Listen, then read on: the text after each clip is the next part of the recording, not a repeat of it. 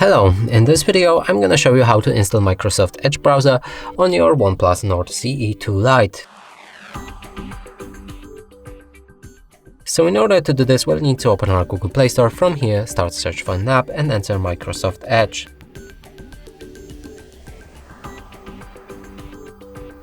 And hit the search button, select this app and then install. After download will be finished, we'll be able to open our app.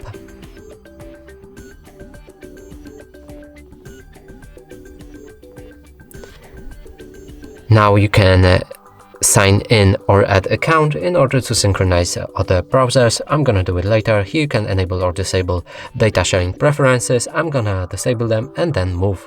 Now you can set this browser as default or not now if you want to skip that. I'm gonna use it, then select Edge and set as default. Now our browser is ready, we can open any website and it should work without any problem. And that's it for this video. Hope you like it. Please consider subscribing to our channel, leave a like and a comment below.